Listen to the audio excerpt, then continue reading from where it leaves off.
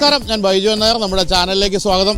നമ്മളുടെ fair future വെക്കേഷൻസിൻ്റെ ഭാഗമായിട്ട് നമ്മൾ വേൾഡ് സെൽഫ് ഡ്രൈവിംഗ് സീരീസിൻ്റെ തുടക്കം തായ്ലൻഡിൽ ആഘോഷിച്ചുകൊണ്ടിരിക്കുകയാണ്. 20 പേരുള്ള സംഘം ബാങ്കോക്കിൽ നിന്നും യാത്ര പുറപ്പെട്ട് ഫസ്റ്റ് ഡേ നമ്മൾ ഹുവാഹിൻ എന്ന സ്ഥലത്ത് താമസിച്ചു. ഇന്നലെ രാത്രി നമ്മൾ കാഞ്ചനപുരിയിലാണ് എത്തിയിരിക്കുന്നത്. നമ്മുടെ സംഘാംഗങ്ങളിൽ ചിലരൊക്കെയാണ് ഇവിടെ നിൽക്കുന്നത്. നമ്മൾ രാവിലെ ഇവിടെ നിന്നൊരു ബോട്ടിൽ കയറി ഇന്നലെ നമ്മൾ കണ്ട ഡെത്ത് റെയിൽവേയുടെ ബ്രിഡ്ജ് വരെ പോകാമെന്ന് കരുതിയെങ്കിലും അത് 1 അവർ പരിപാടി ആയതുകൊണ്ട് അത് വേണ്ടാന്ന് വെച്ചു. നമ്മളിവിടുന്ന് കാറ് ഓടിച്ച് തന്നെ തിരിച്ചു പോവുകയാണ്. ഇന്ന് നമ്മൾ പോകുന്നത് സുഖത്തായ് എന്ന സ്ഥലത്തേക്കാണ്. ഈ ഒരു സ്ഥലം നിങ്ങൾ കണ്ടല്ലോ, റിവർ ക്വായ് എന്ന അതിമനോഹരമല്ല അതിസാഹസികമായ ഒരു വൈൽഡായിട്ടുള്ള സ്ഥലത്താണ് നമ്മളിപ്പോൾ നിൽക്കുന്നത്. ഇതിൻ്റെ മുകളിലുള്ള പാലമാണ് നമ്മൾ ഇന്നലെ ബോംബിട്ട് തകർത്തത് കണ്ടത്. ഇവിടെ ഇതൊരു പിയറാണ്. ഈ പിയറിൽ നിന്നും നമുക്ക് വേണമെങ്കിൽ 15 മിനിറ്റ് കൊണ്ട് ആ ഡെത്ത് റെയിൽവേയുടെ പാലത്തിൻ്റെ അവിടെ എത്താം. ഇന്നലെ ഞങ്ങൾ അങ്ങനെ ഒന്ന് പ്ലാൻ ചെയ്തിരുന്നു. വാഹനം വളഞ്ഞിവിടെ എത്തണമെങ്കിൽ 88 കിലോമീറ്റർ ഉണ്ട്. അതിന് പകരം നമുക്ക് വേണമെങ്കിൽ ഈ ഒരു ബോട്ടിൽ കയറി 15 മിനിറ്റ് കൊണ്ട് എത്താം. പക്ഷേ വാഹനം ഓടിക്കുക എന്നുള്ളതാണല്ലോ നമ്മുടെ ലക്ഷ്യം. അതുകൊണ്ട് നമ്മൾ വാഹനം ഓടിച്ച് തന്നെ ഇവിടെ എത്തി. പക്ഷേ അത് നന്നായി, കാരണം നമ്മൾ അതിരപ്പള്ളി കൂടെയൊക്കെ ഓടിച്ച് പോകുന്ന അതിമനോഹരമായ റോഡുകളിലൂടെ നമ്മളിവിടെ എത്തിയത്. ഇനിയിപ്പോൾ അരമണിക്കൂറിനുള്ളിൽ നമ്മൾ ചെക്കൗട്ട് ചെയ്ത് ഇവിടെ നിന്ന് സുഖത്തായിലേക്ക് പോവുകയാണ്. എന്തായാലും ഇതൊരു വൈൽഡ് പരിപാടിയായിരുന്നു ഇവിടെ നിന്നുള്ള ബോട്ടിങ്. പക്ഷേ അത് സമയം കുറേ എടുക്കും എന്നുള്ളതുകൊണ്ട് നമുക്ക് അങ്ങനെ കൈവിട്ട് പോകാൻ പറ്റില്ലല്ലോ. അതുകൊണ്ട് നമ്മളത് വേണ്ടാന്ന് വെച്ചിരിക്കുകയാണ്. അപ്പോൾ നിങ്ങൾ ഇവിടെ വരികയാണെങ്കിൽ കാഞ്ചനപുരി വരികയാണെങ്കിൽ തീർച്ചയായിട്ടും ഈ ഒരു ക്വായിലുള്ള ഒരു ബോട്ട് യാത്ര, ക്വായ് റിവറിലെ ബോട്ട് യാത്ര ആസ്വദിക്കേണ്ട കാര്യം തന്നെയാണ്. മറ്റൊരു ഗംഭീര സംഭവം നമ്മൾ താമസിച്ച റിസോർട്ടാണ്. അതിഗംഭീരമായ റിസോർട്ട്, അതായത് ശരിക്കും വന്യഭംഗി എന്നൊക്കെ പറയുമല്ലോ, അത് തീർച്ചയായിട്ടും മുഴുവനായിട്ട് കാണാൻ പറ്റുന്നൊരു റിസോർട്ടായിരുന്നു. ഇപ്പോൾ റിസോർട്ടാണ് ആ കാണുന്നത്. അതിൻ്റെ താഴെയുള്ള പിയറാണ് നമ്മളിപ്പോൾ ഇവിടെ നിൽക്കുന്നത്. ഇവിടെ ഈ വാട്ടർ റാഫ്റ്റിംഗ് പരിപാടിയൊക്കെ നടക്കുന്ന ഒരു റിവറാണിത്. വളരെ വൈൽഡായിട്ടുള്ള റിവർ ആയതുകൊണ്ട് അതൊക്കെ ഇവിടെ നടക്കാറുണ്ട്. അപ്പോൾ നമുക്കിനിയിപ്പം ചെക്കൗട്ട് ചെയ്ത് ഇവിടുന്ന് നീങ്ങാം. അതിനു മുമ്പ് നമ്മുടെ റിസോർട്ടിൻ്റെ ഏതാനും കാഴ്ചകളൊക്കെ കണ്ടിട്ട് അങ്ങ് പോകാം.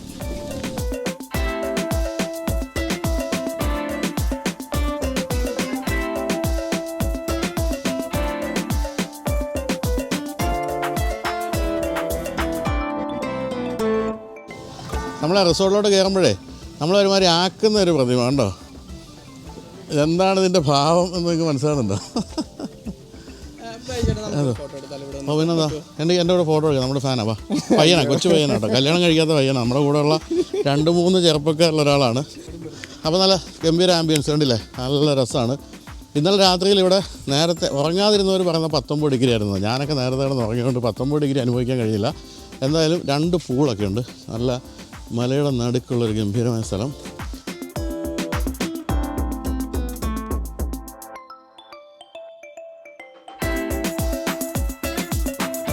അപ്പോൾ ഇതാണ് ഇവിടുത്തെ പൂള്. നേരെ കാണുന്നത് റെസ്റ്റോറൻറ്റ്. ഇത് 1 ഓഫ് ദ പൂൾസാണ്, 2 ഉണ്ട്. അവിടെ ഒരു കൗണ്ടറൊക്കെ ഉണ്ട്, നല്ല ഭംഗിയുള്ള കൗണ്ടറൊക്കെ ഉണ്ട്. ചുറ്റുമുള്ള ഈ ഒരു കാടിൻ്റെ ഭംഗിയാണ് ഇതിൻ്റെ ഒരു രസം എന്ന് പറയുന്നത്.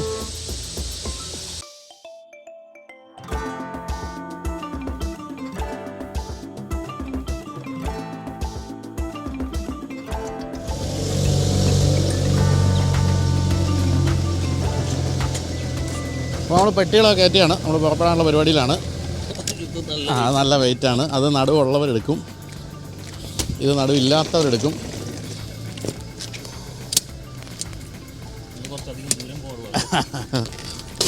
എന്നെ കണ്ടോണ്ടാണല്ലേ അതൊക്കെ എടുത്ത് വെക്കുന്നത്. എന്നെ കണ്ടോണ്ട് ഓടിക്കാനുള്ള മടിക്ക് സാധനമൊക്കെ എടുത്ത് കൈ വെച്ചു കണ്ടോ. ഇന്ന് ദൂരം കൂടുതലുണ്ടെന്നൊക്കെ ഒരു ആത്മവിലാപം നടത്തുന്നത് കേട്ടു. അപ്പോൾ ഓടിച്ച് തുടങ്ങിക്കോളല്ലോ രാവിലെ, അങ്ങനെയാണോ? ഓക്കെ, വേണം അല്ലേ, അമ്മ ഓടിക്കാം. രാവിലെ അല്ലേ ഓടിച്ചേക്കാം, രസം. അപ്പോൾ നമ്മളിനി പോകുന്നത് സുഖത്തായിലേക്കാണ്. എല്ലാവരും കയറി കഴിഞ്ഞു, വണ്ടി റെഡി, നമ്മൾ സ്റ്റാർട്ട് ചെയ്യാൻ പോവാണ്. നമ്മൾ പതിവ് പോലെ കാർ നമ്പർ 1 ഇതിൽ ഞാനും ശ്യാമും വിഘ്നേഷുമാണുള്ളത്.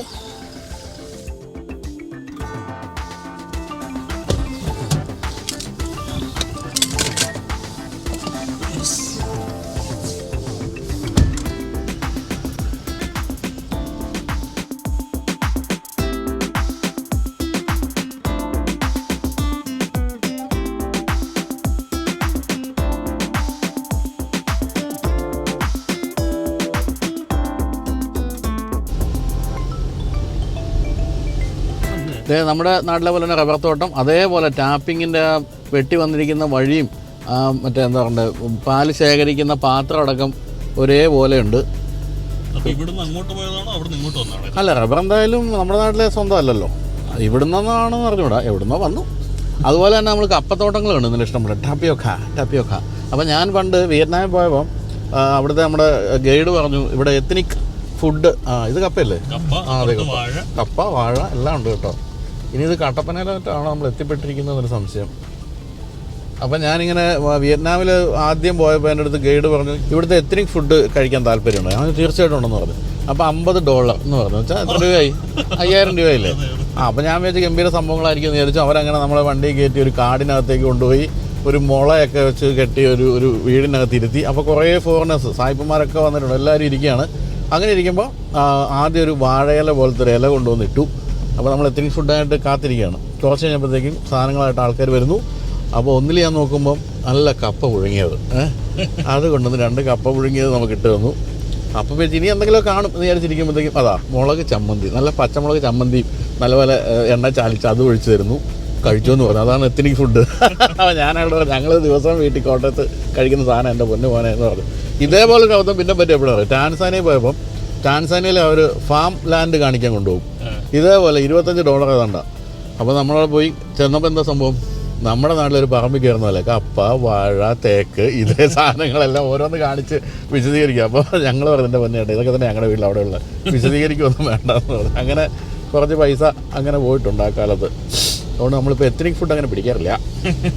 പക്ഷെ പിന്നെ എത്നിക് ഫുഡ് നമ്മൾ കഴിച്ചത് ഇവിടുത്തെ സാധനം ഒത്തിരിയുള്ള സാധനമാണ്. ഈ ഈയൽ എന്ന് പറഞ്ഞൊരു പ്രാണിയില്ലേ, ഈ വിളക്ക് നമ്മൾ ലൈറ്റിലൊക്കെ വന്നിരിക്കുന്ന ഒരു ചിറകുള്ള സാധനം, അതിൻ്റെ ഫ്രൈ. അത് ഞാൻ ഇവിടെയൊക്കെ ഇഷ്ടംപോലെ ഉണ്ട്, ഇവിടുന്ന് ഞാൻ കഴിച്ചിട്ടില്ല. പക്ഷെ ഞാനത് കഴിച്ചത് നമ്മൾ ആഫ്രിക്കയിൽ പോയപ്പം സിംബാബ്വെ ആണെന്ന് എൻ്റെ ഓർമ്മ. സിംബാബ്വെ വെച്ച് അല്ല കെനിയ വെച്ച് അതിൻ്റെ ഫ്രൈ കഴിച്ചു.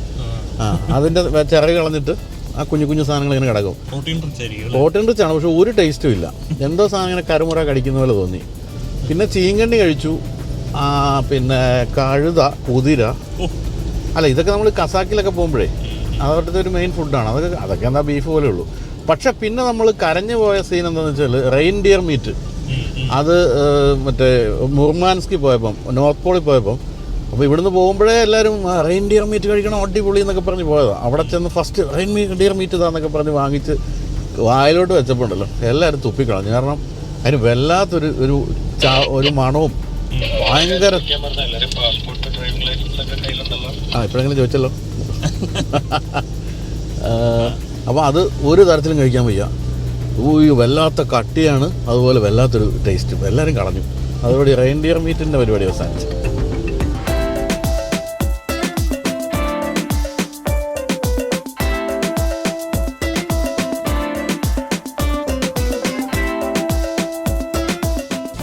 നല്ല ഒന്നാന്തരം ചക്ക ഉണ്ടായി നിൽക്കുന്നു. ചക്കത്തോട്ടമാണത്, ചക്കപ്പറമ്പ് അല്ലേ, ചക്കപ്പറമ്പാണത്. കണ്ട കുഞ്ഞു കുഞ്ഞു ഷോപ്പുകളൊക്കെ ഉണ്ട് വീടുകളുടെ മുന്നിൽ. ഇത് മൊത്തം സ്ത്രീകളാണ്. ഈ തായ്ലൻഡ് പോലുള്ള രാജ്യങ്ങളിൽ എല്ലായിടത്തും സ്ത്രീകളാണ് ജോലി ചെയ്യുന്നത്. പുരുഷന്മാർ 2 അടിച്ച് രാവിലെ ഡയലോഗ് അടിച്ചിരിക്കുകയുള്ളൂ, ബാക്കിയെല്ലാം സ്ത്രീകളുടെ കയ്യിലാണ്.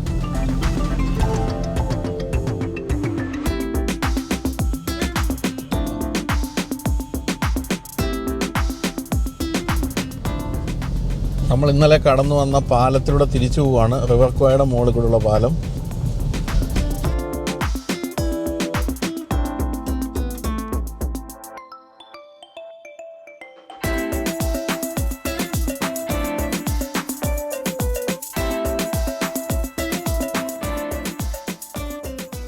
നമ്മളിപ്പോൾ വരുന്ന വഴി എന്താടാ ഒന്നുമില്ല, പൊക്കോ. അപ്പോൾ നമ്മൾ വരുന്ന വഴിക്ക് ഇവിടെ ഒരു അമ്പലമുണ്ട്. ഇന്നലെ വരുന്ന വഴി കണ്ടപ്പോൾ നിർത്തണം എന്ന് നമ്മുടെ കൂടെ ഷക്കീറിന് ഭയങ്കര ആഗ്രഹമായിരുന്നു. കാരണം ഇവിടെ കോഴിയൊക്കെ നമ്മൾ പ്രതിഷ്ഠയായിട്ട് കാണുന്നത്, കോഴി, ആന. അപ്പോൾ അങ്ങനെ നമ്മുടെ കൂടെയുള്ള പല കോഴികൾക്കും എല്ലാവർക്കും ഇത് കാണുന്നൊരു ആഗ്രഹമുണ്ട്. കോഴിയെ മാലയൊക്കെ ഇട്ട് വെച്ചിരിക്കുന്നുണ്ടോ. പകലൊക്കെ കോഴിയെ മാല ഇട്ട് വയ്ക്കും, വൈകുന്നേരം ഇതിനെ പിടിച്ച് തിന്നും. അതാണിപ്പോൾ ഇവിടെ നടന്നുകൊണ്ടിരിക്കുന്നത്. ദൈവമേ, എൻ്റെ കോഴി ദൈവങ്ങളെ കാത്തോളണം. അപ്പോൾ ഇവിടെ ആനയുണ്ട്, കോഴിയുടെ മനുഷ്യനേക്കാൾ ഹൈറ്റുള്ള കോഴികളൊക്കെ ഉണ്ട്.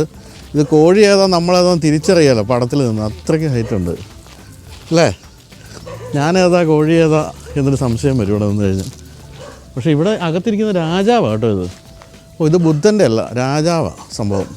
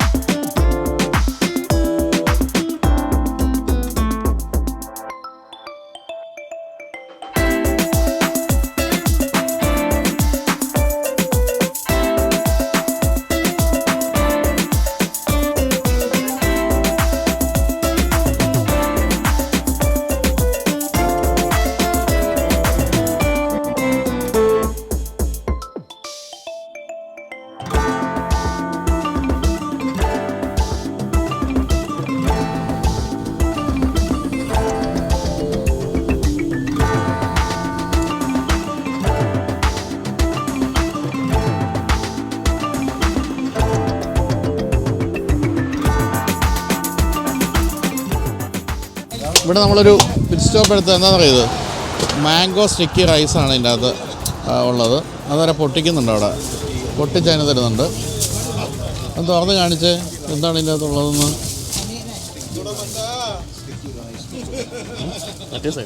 ഈ സൈഡിൽ കണ്ടോ സ്റ്റിക്കി റൈസ് അതിൻ്റെ അകത്തിരിക്കുന്നത്. ഇതിവിടെ ഇങ്ങനെ മുളയ്ക്കകത്ത് വെച്ചിട്ട് എനിക്ക് നമ്മളിത് കാണാറുള്ളത് മൂന്നാറിൽ പോകുമ്പം അല്ലേ, മുളയേരി എന്ന് പറഞ്ഞിട്ട് കാണുന്ന സാധനമല്ലേ അല്ലേ, അതാ തോന്നുന്നു. ഇതിൻ്റെ അകത്ത് റൈസായിരിക്കുന്നത്. ഇതിൻ്റെ അതിലൊരു സാധനം വെച്ച് ഇങ്ങനെ എടുത്ത് തിന്നേണ്ടി വരുമായിരിക്കും അല്ലേ.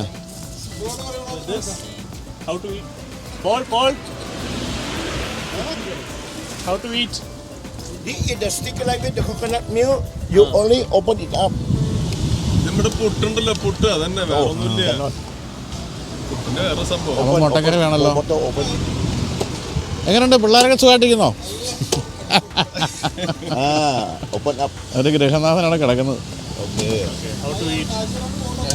Very easy, boss. Open your mouth.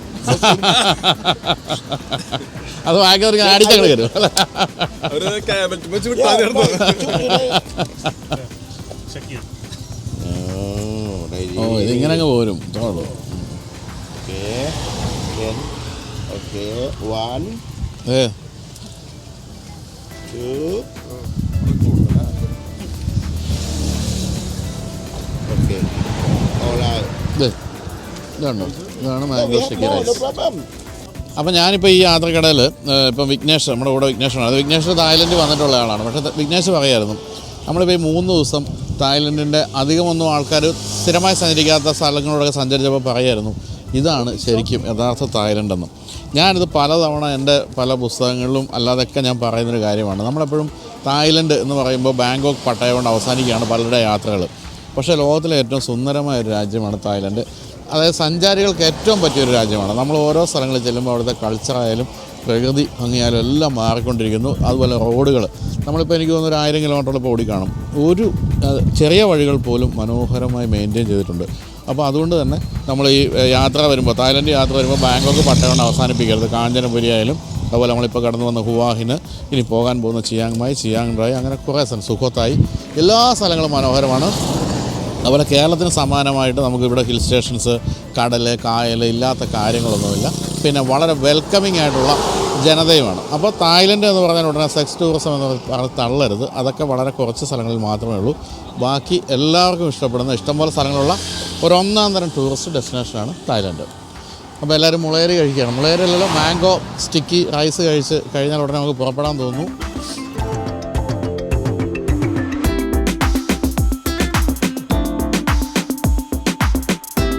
ഞാൻ ഈ കഴിഞ്ഞ ദിവസം നമ്മൾ വീഡിയോ പറഞ്ഞിരുന്നു, എല്ലാ വീടിൻ്റെ മുന്നിൽ ഇങ്ങനെ ഒരു, വീടിൻ്റെ സ്ഥാപനങ്ങളുടെ മുന്നിൽ ഇങ്ങനെ ഒരു ബുദ്ധ ഒരു ട്രഡീഷൻ സാധനം ഇങ്ങനെ വയ്ക്കും. അതിന് മുന്നിൽ ചന്ദനത്തിരി കത്തിച്ച് വെച്ചിട്ടുണ്ട്.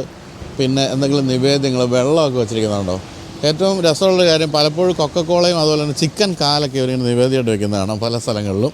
അതുപോലെ കോഴിയില്ലാത്ത സ്ഥലങ്ങളില്ല എന്നുള്ളതാണ്. എല്ലായിടത്തും അതും വയ്ക്കും. ഒരു വീടിൻ്റെ മുൻഭാഗത്ത് ഒരു പൂജ സ്ഥലമാണിത്.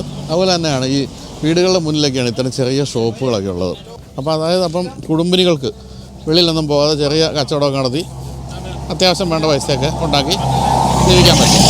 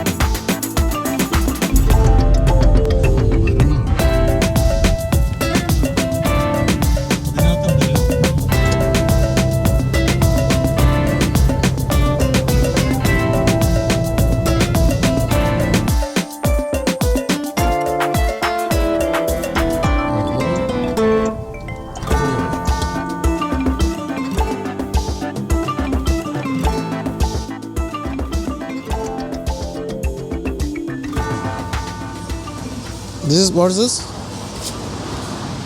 We eat the fried rice with the, you see? Oh, sauce. No. Bacon. Chicken. Chicken wings. You see? The English word is below. Yeah, The English one name is of the here. English word is below. Below. അപ്പോൾ നമ്മൾ ഉച്ചയ്ക്ക് കഴിക്കാൻ വേണ്ടി ഇവിടെ ഒരു സ്ഥലത്ത് കയറുന്നതാണ്.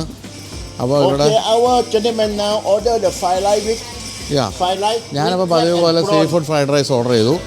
ഇവിടെ ഇത്തിരി ഉള്ളിലേക്കുള്ള സ്ഥലമാണ്. നമ്മൾ സാധാരണ കഴിക്കുന്ന അത്രയൊന്നും വെറൈറ്റീസ് ഇല്ല, എങ്കിലും നല്ല മെനു കേട്ടോ. നല്ല ഭംഗിയുള്ള വലിയ മെനു കാർഡാണ്, കാണിക്കാം കേട്ടോ. മനോഹരമായ മെനു. 1, 2, 3, 4, 5, 6, 7, 8. സീ ഫുഡ് എല്ലാ സാധനങ്ങളും ഉണ്ട്, എല്ലാ സാധനങ്ങളും ഉണ്ട്.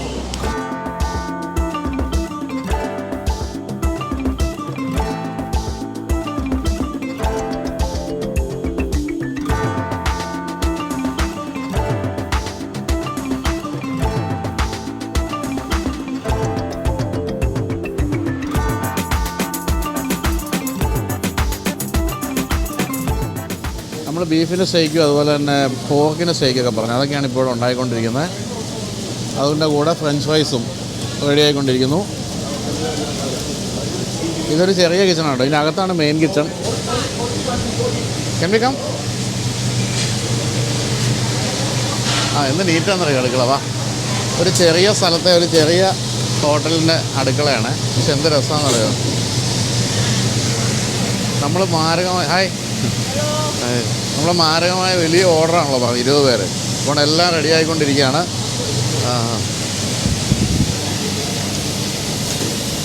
ഒരു തായ് അടുക്കള, അവിടെ എല്ലാം വെജൊക്കെ കട്ട് ചെയ്തുകൊണ്ടിരിക്കുന്നു. എല്ലാവരും ഹാപ്പി, വളരെ ചിരിച്ച മുഖങ്ങൾ. അവിടെ എൻ്റെ ഫ്രൈഡ് റൈസാണ്, നമ്മുടെ ഫ്രൈഡ് റൈസ് ആയിരിക്കും അല്ലേ ശ്യാമേ? ഞാനും ശ്യാമും സീ ഫുഡ് ഫ്രൈഡ് റൈസാണ് പറഞ്ഞത്. അതവിടെ ഇവിടെ ഒരു അപ്പച്ചൻ ഒരു ചട്ടിയിൽ എന്തോ ഉണ്ടാക്കുന്നുണ്ട്.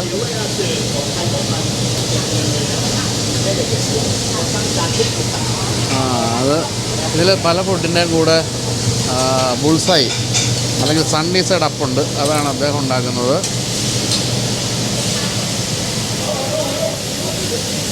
നീ പാചകനോ വേറെ വലിയ ചട്ടികൾ. ഇവിടെ വേറെ അമ്മച്ചി എന്തൊക്കെയാണ്, അത് നമ്മുടെ സീ ഫുഡിൻ്റെ സാധനങ്ങളൊക്കെയാണ്. അല്ല, ചിക്കനൊക്കെ കേട്ടോ, ചിക്കനൊക്കെയാണത്. അത് കട്ട് ചെയ്യുന്നുണ്ടോ എന്തായിരിക്കും, ഇത്തിരി ഗൗരവക്കാരി കേട്ടോ. വലിയ ഫ്രീസറും എല്ലാ സംഭവങ്ങളും ഉണ്ട് ചെറിയൊരു ഹോട്ടലായിട്ടും.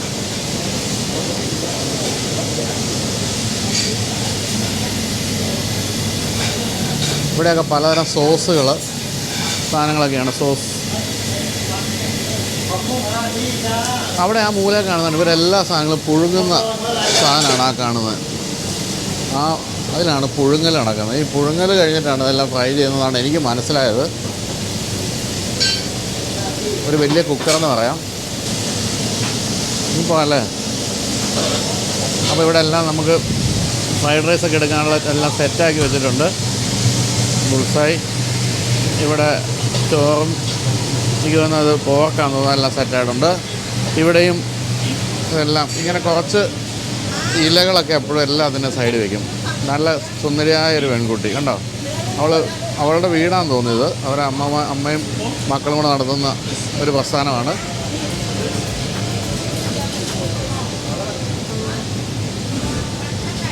ഇവിടെ എല്ലാവരും വിശന്നുകൊണ്ട് എല്ലാവരും അതിൻ്റെ അടുത്തൊക്കെ പോയി നിൽക്കുക കേട്ടോ. ഉച്ചയ്ക്ക് 1:30 അപ്പോൾ നിങ്ങൾ തായ്ലൻഡിൽ വരികയും നിങ്ങൾ ബിയർ അടിക്കുന്ന ആളുമാണെങ്കിൽ തീർച്ചയായിട്ടും ടെസ്റ്റ് ചെയ്യേണ്ട സാധനമാണ് സിങ്ക എന്ന് പറയുന്നത്. തായ്ലൻഡിൻ്റെ സ്വന്തം ബിയറാണ്, ഒറിജിനൽ തായ് ബിയർ എന്ന് എഴുതിയിരിക്കുന്നുണ്ടോ. അപ്പോൾ ഇപ്പോൾ ഈ ഉച്ചയ്ക്ക് ഇത് കുടിച്ചുകൊണ്ടിരിക്കുന്നവർ തീർച്ചയായിട്ടും തിരുവിതാംകൂറുകാരായിരിക്കും, തിരുവല്ല. അതിലൊരാൾ ബാർ ഓണറും കൂടെ കേട്ടോ. പക്ഷേ ഉച്ചയ്ക്ക് ഒരു ബിയർ അടിക്കുന്നത് തെറ്റൊന്നുമില്ല. അതിനാൽ ഇവിടുത്തെ ബിയർ നമ്മുടെ ഇന്ത്യയിലെ പോലെ ഗ്ലിസറിൻ കണ്ടൻറ്റൊന്നും ഇല്ല, വളരെ സുഖമാണ്. 2-3 അടിച്ചാൽ പോലും രാവിലെ ഒന്നും ഒരു തലവേദനയില്ല. അതെ, അവിടുത്തെ വെള്ളം കുടിക്കുന്ന പോലെ ഇവിടുത്തെ ബിയർ എന്നും പറഞ്ഞ് അടിച്ചുകൊണ്ടിരിക്കുക കേട്ടോ. ആ പേരും പറഞ്ഞിട്ട് എന്തായാലും പറഞ്ഞ് അടിക്കണമല്ലോ. ഞാനതായാലും പകൽ മദ്യപിക്കില്ല, അതുകൊണ്ട് ഞാൻ പകൽ അടിക്കുന്നത്. നല്ല വണ്ടി ഓടിക്കണം. ഇതിൽ ഇവരെ എല്ലാവരും മാറി മാറി ഓടിക്കുന്നതുകൊണ്ട് ചിലർക്ക് വേണമെങ്കിൽ കള്ള് കുടിച്ചവർക്ക് ഓടിക്കാതിരിക്കാം. അങ്ങനെ അവസരം കൂടി കമ്പനി തരുന്നുണ്ട് അല്ലേ. അതെ.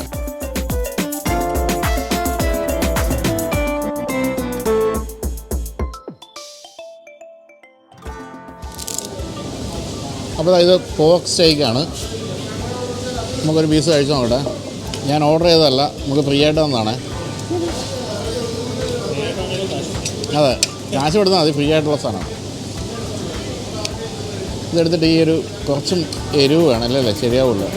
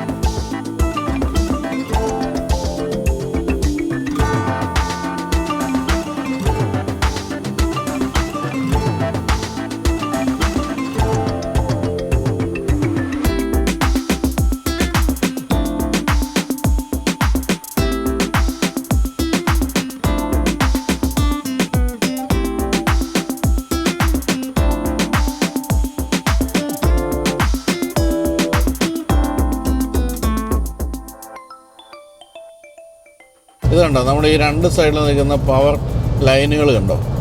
നമ്മുടെ നാട്ടിലെ ഏറ്റവും വൃത്തികേടാക്കുന്ന, നാടിനെ ഏറ്റവും വൃത്തികേടാക്കുന്ന രണ്ട് കാര്യങ്ങളിൽ ഒന്ന് പോസ്റ്റേഴ്സും മറ്റൊന്ന് നമ്മുടെ ഇലക്ട്രിസിറ്റി ബോർഡിൻ്റെ ലൈനുകളുമാണ്. ഇപ്പോൾ കുറേയൊക്കെ ലൈനുകളൊക്കെ അണ്ടർഗ്രൗണ്ടായി വരുന്നുണ്ട്. പക്ഷേ ഇവിടെ കണ്ടോ, അതിന് പോലും ഒരു കലാപരമായ രീതിയിലാണ് ചെയ്തിരിക്കുന്നത് അല്ലേ വിഘ്നേഷ്?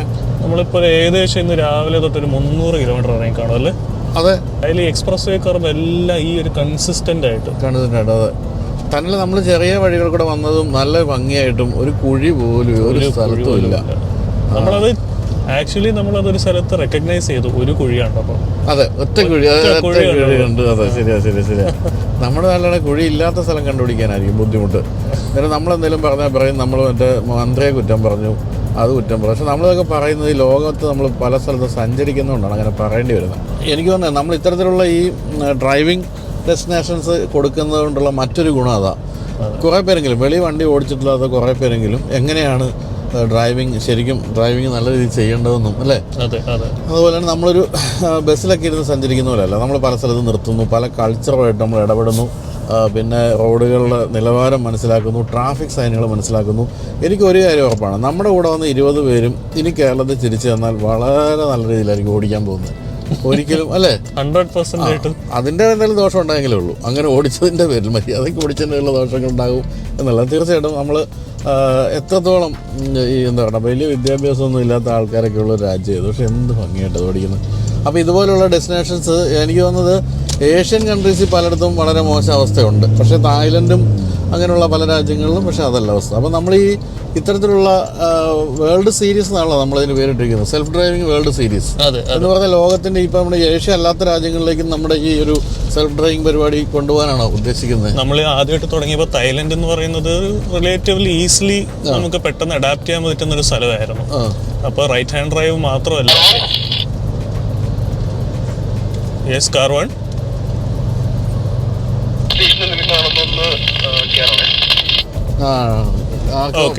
ഡീസൽ അടിക്കണം. എനിക്ക് നമ്മളതിൽ 7-Eleven കൂടെ ഉള്ള സ്ഥലത്ത് കയറുകയാണെങ്കിൽ ഒരു കാപ്പിയും കുടിക്കാം. പിന്നെ ആ കാപ്പി പരിപാടി അങ്ങ് തീർന്നു കിട്ടും അല്ലേ? നമ്മളിവിടുത്തെ ഏറ്റവും വലിയ ഗുണമെന്ന് വെച്ചാൽ ഇവിടുത്തെ 7-Eleven എന്ന് പറഞ്ഞാൽ നമ്മളെപ്പോഴും കാണിക്കാറുണ്ടല്ലോ, ആ സൂപ്പർ മാർക്കറ്റിൽ കയറി, അത് ഗ്യാസ് സ്റ്റേഷനിലൊക്കെ ഉണ്ടാവും, അതായത് പെട്രോൾ പമ്പിൽ, അവിടെ കയറി ഒരു കാപ്പിയും കുടിച്ച് പെട്രോൾ അടിച്ചിട്ട് പോകുന്നൊരു പതിവുണ്ട്. അപ്പോൾ എന്നിട്ട് എങ്ങനെയാണ് നമ്മൾ ബാക്കി രാജ്യങ്ങൾ എന്തൊക്കെയാണ് മനസ്സിലുള്ളത്? ഇപ്പോൾ നമുക്ക് ഇനീഷ്യൽ പ്ലാൻസ് ഉണ്ടായിരുന്നത് ഈസി ഡെസ്റ്റിനേഷൻസ് ആയ തായ്ലൻഡ്, ശ്രീലങ്ക അതുപോലുള്ള സ്ഥലങ്ങളായിരുന്നു. പക്ഷേ ഓവർ ദ പീരിയഡ് കുറച്ചും കൂടി ഇൻട്രസ്റ്റിംഗ് ആയിട്ട് ആൾക്കാർ ട്രാവൽ ചെയ്തിട്ടില്ലെങ്കിൽ പോലും ഫസ്റ്റ് ടൈം നമുക്ക് അവിടെ ട്രാവൽ ചെയ്യുമ്പോൾ ന്യൂസിലൻഡ്, ഓസ്ട്രേലിയ, UK കൂടെ അയർലൻഡ് ഇതുപോലുള്ള ഡെസ്റ്റിനേഷൻസ് ഒരുമിച്ച് ചെയ്യാനായിട്ടുള്ള ഒരു പ്ലാനാണ്. ഈവൻ ഫസ്റ്റ് ടൈം വിസിറ്റേഴ്സ് വേണമെങ്കിലും ആയിക്കോട്ടെ, നമുക്ക് ആ സ്ഥലം വണ്ടി കേൾക്കുന്നുണ്ട്. പെട്രോൾ പമ്പ് കാണുമ്പോൾ നിർത്താം. അപ്പോൾ നമ്മൾ ഈ ഒരു സ്ഥലങ്ങളിൽ നമുക്ക് ഓടിച്ച് ഫസ്റ്റ് ടൈം എക്സ്പീരിയൻസ് ചെയ്യുമ്പോൾ തന്നെ അത് ഓൾമോസ്റ്റ് നമുക്കൊരു 75% ആ സ്ഥലം കണ്ട് തീർക്കാം. അതെ, ഈ പലരും ഈ 5 ദിവസം കൊണ്ട് 4 രാജ്യം കാണിക്കുന്ന യൂറോപ്പിന്റെ ഒരു സംഭവമുണ്ട്. അതുകൊണ്ട് എത്രത്തോളം കാണാൻ പറ്റും, നമ്മൾ കണ്ടുവന്ന് സ്റ്റാമ്പ് ചെയ്യുന്നു എന്നല്ലാതെ ആ ഒരു അപ്പോൾ ഇത് എനിക്ക് തോന്നുന്നു നമ്മൾ ഈ റൈറ്റ് ഹാൻഡ് സൈഡിൽ, അതായത് ഡ്രൈവർ റൈറ്റ് സൈഡിൽ നിന്ന് ഓടിക്കുന്ന രാജ്യങ്ങൾക്കെല്ലാം അതിൽ കൊള്ളാവുന്ന, അതായത് അതിൽ സേഫ് ആയിട്ടുള്ള രാജ്യങ്ങളെല്ലാം നോക്കാൻ പറ്റും. ഇപ്പോൾ ഉദാഹരണമായിട്ട് മൗറീഷ്യസ്, ഫിജി അല്ലേ, മറ്റേ നമ്മുടെ മലേഷ്യ, സിംഗപ്പൂർ, ബ്രൂണൈ, അങ്ങനെ പല സ്ഥലം. അതിൻ്റെ വേറൊരു സാധനം എനിക്ക് പെട്ടെന്ന് പറഞ്ഞു വന്നപ്പോൾ തോന്നിയത്, മലേഷ്യ ബ്രൂണെ ബോർഡറുണ്ട്, നേരെ ഓടിച്ച് കയറാം. നമുക്ക് അങ്ങനത്തെ പല കൺട്രീസ് ക്ലബ് ചെയ്യാൻ പറ്റും. അതെ, അതാകുമ്പോൾ കുറച്ചുകൂടി ഒരു 2 രാജ്യങ്ങൾ ഒറ്റയടിക്ക് പോകുന്ന ഒരു സുഖമൊക്കെ ഉണ്ടാവും. അപ്പോൾ അത്തരം പല കാര്യങ്ങളും ഇനി ഫെയർ ഫ്യൂച്ചർ വെക്കേഷൻസിനുണ്ടാകും. സ്റ്റേ ട്യൂൺഡ് എല്ലാം. ശരിക്കും പറഞ്ഞാൽ ഭയങ്കര രസമായിരുന്നു കേട്ടോ. ഞങ്ങളിപ്പോൾ കഴിക്കാൻ ഉച്ചയ്ക്കിരുന്നപ്പോൾ എല്ലാവരും പറയായിരുന്നു ഭയങ്കര രസമുണ്ട്. ഒന്നാമത്തെ കാര്യം നമ്മൾ നല്ലൊരു ഗ്രൂപ്പാണ്, എല്ലാവരും നല്ല രസ്യന്മാരും പിന്നെ വഴക്കാളികളൊന്നുമില്ല അല്ലേ. ചൊറിയന്മാരെന്ന് പറയുന്നത് എപ്പോഴും ഒരു ഗ്രൂപ്പിൽ ഒരാൾ കാണും, അതില്ല കൂടെ. പിന്നെ ഡ്രൈവ് ചെയ്ത് എൻജോയ് ചെയ്യാൻ ഇഷ്ടമുള്ളവരായതുകൊണ്ട് എല്ലാവരും അടിപൊളിയായിട്ട് രസിച്ചാണ് ചെയ്യുന്നത്. പിന്നെ നമ്മളെല്ലാവരും കൂട്ടായൊരു സാധനമുണ്ട്. ഇപ്പോൾ തന്നെ വാക്കി ടോക്കി ഉണ്ട്, വാട്സപ്പ് ഉണ്ട്. ഇപ്പം ഒരാൾക്ക് ഡീസൽ അടിക്കണമെന്ന് പറഞ്ഞു, അപ്പോൾ തന്നെ നമുക്ക് വാക്കി ടോക്കിൽ സന്ദേശം വന്നു, ഉടനെ നിർത്തുകയാണ്. അങ്ങനെ എല്ലാവരും പരസ്പരം വളരെ യോജിച്ചുള്ള ഒരു യാത്രയാണ്. അപ്പോൾ അതിൻ്റെ ഒരു രസം ഇതിനകത്തുണ്ട്. അപ്പോൾ എനിക്ക് തോന്നുന്നു ഡ്രൈവിംഗ് ഹോളിഡേയ്സ് എന്ന് പറയുന്നത് കൂടുതൽ ജനങ്ങളിലേക്ക് എത്തും എന്നാണ് എനിക്ക് തോന്നുന്നത്. കാരണം കേരളത്തിൽ നിന്ന് ഇപ്പം നമുക്കറിയാവുന്ന പോലെ ദിവസവും വണ്ടി ഓടിച്ച് ലഡാക്കിലൊക്കെ പോകുന്നവരുടെ എണ്ണം കൂടിക്കൊണ്ടിരിക്കുക അല്ലേ. ഇന്ത്യയിൽ എനിക്ക് തോന്നുന്നു ഡ്രൈവിങ്ങിനോട് താല്പര്യമുള്ള ആൾക്കാരുടെ എണ്ണം ഭയങ്കര കൂടുതലാണ്. അവർക്ക് എസ്പെഷ്യലി ഇതുപോലെ ഒരു ഓപ്പർച്യൂണിറ്റി കൊടുക്കുകയാണെന്നുണ്ടെങ്കിൽ പിന്നെ നമ്മളിങ്ങനെ കോൺവോയ് ആയിട്ട് പോകുന്നതിൻ്റെ ഒരു അഡ്വാൻറ്റേജ് ആ സേഫ്റ്റി ഉണ്ട്.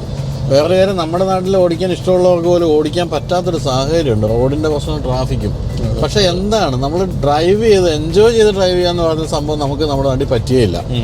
അത് ആണ് നമ്മൾ ഇവിടെ ഇപ്പോൾ ആസ്വദിക്കുന്നത്. ശരിക്കും ഡ്രൈവിങ്ങിൻ്റെ ഒരു എൻജോയ്മെൻ്റ്, ഒരു ഹരവും ഒരു രസവും എല്ലാം നമ്മളിപ്പം 3-4 ദിവസമായിട്ട് ആസ്വദിച്ചുകൊണ്ടിരിക്കുകയാണ്. ഇനി 5-6 ദിവസം കൂടെ ആസ്വദിക്കും അല്ലേ. അതെ, നമ്മുടെ ഗ്രൂപ്പിൽ ഇപ്പോൾ ഒരു ആൽവിൻ എന്ന് പറയുന്ന ഒരു പയ്യനുണ്ടായിരുന്നു.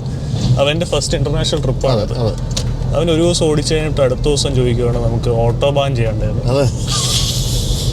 അപ്പോൾ ആൽവിന് വേണ്ടി നമുക്കൊരു ഓട്ടോ ബാൻ ഓടിച്ചേക്കാം. ഓട്ടോ ബാൻ എന്താണെന്ന് അറിയാമല്ലോ അല്ലേ പലർക്കും. അതായത് ജർമ്മനിയിലെ ഹൈവേ ആണ്. ഓട്ടോ ബാൻ ഹൈവേയിൽ ഏറ്റവും വലിയ ഗുണം എന്ന് വെച്ചാൽ അവിടെ സ്പീഡ് ലിമിറ്റ് ഇല്ല. നമുക്ക് എത്ര സ്പീഡ് വേണമെങ്കിൽ പോകാം, യാതൊരു ലിമിറ്റും ഇല്ല. പക്ഷെ കുറേ റെസ്ട്രിക്ഷൻസ് ഉണ്ട്. അവിടുത്തെ ഏറ്റവും വലിയ ഫൈൻ എന്താണെന്നറിയോ? എന്താണ്? പെട്രോൾ തീർന്ന് വഴി കിടന്നാൽ മാരക ഫൈനാണ്. അങ്ങനെയൊക്കെ ഉണ്ട്. അത്രയും റെസ്ട്രിക്ഷൻസ് ഉണ്ട്. പക്ഷെ ഭയങ്കര രസമുള്ള ഹൈവേ. അവിടെ മറ്റൊരു കാര്യം ഞാൻ വായിച്ചത്, അവിടെ റെസ്ട്രിക്ഷൻ ഉണ്ടായിരുന്ന കാലത്ത് നടക്കുന്ന അത്രയും ആക്സിഡൻറ്റ്സ് ഇപ്പം ഇല്ല. സ്പീഡ് ലിമിറ്റ് എടുത്ത് കളഞ്ഞപ്പോൾ ആക്സിഡൻറ്റ്സ് കുറഞ്ഞു. അങ്ങനെയൊക്കെയുള്ള രസമുള്ള സംഭവങ്ങളൊക്കെ ഉണ്ട്.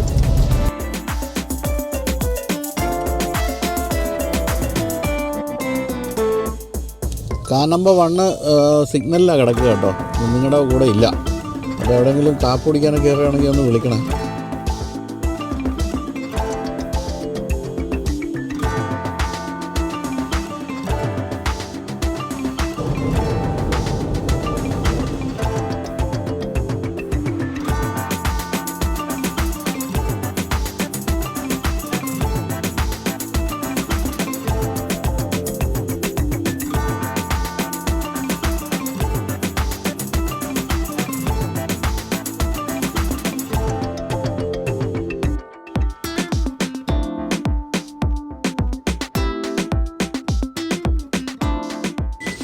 നമ്മളപ്പോൾ അങ്ങനെ സുഖത്തായിലെത്തിയിരിക്കുകയാണ്. സുഖത്തായിൽ നമ്മൾ താമസിക്കുന്ന ഹോട്ടൽ എന്തായാലും എൻ്റെ പേര് റുവൻതായ് എന്ന് മറ്റാണ്. അവിടെ വന്നപ്പോൾ നമുക്കിവിടെ ഇങ്ങനെ കുടിക്കാനായിട്ട് ഇത് തായ് ഹേർബ്സ് ഒക്കെ ഇട്ട് ഒരു എന്താ പറയുക ഡ്രിങ്കാണ്. റിഫ്രഷിങ് എനർജി ഡ്രിങ്ക് എന്നാണ് പറഞ്ഞത്. അതിവിടെ വരുന്നവർക്ക് കൊടുത്ത് സ്വീകരിക്കുന്നു. നമ്മളിപ്പോൾ ഒരു രാത്രി മാത്രമേ ഇവിടെ താമസിക്കുന്നു. നാളെ രാവിലെ നമ്മളിവിടുന്ന് ചിയാങ് മായിക്ക് പോകും. പക്ഷേ തിരിച്ച് നമ്മൾ വരുന്ന വഴി വീണ്ടും സുഖത്തായിൽ താമസിക്കുന്നുണ്ട്. ആ സമയത്ത് നമ്മൾ ഈ ഹോട്ടലിൽ തന്നെ താമസം. ആ സമയത്ത് ഇവിടുത്തെ കുറച്ച് സൈറ്റ് സീയിങ് ഒക്കെ ഉണ്ട്. ഇപ്പം നമ്മൾ രാവിലെ ഇവിടുന്ന് പോകുന്നു. ഇതൊരു ഇടത്താവളം മാത്രമാണ്, ഡിന്നർ താവളം, പിന്നെ ഉറക്കവും.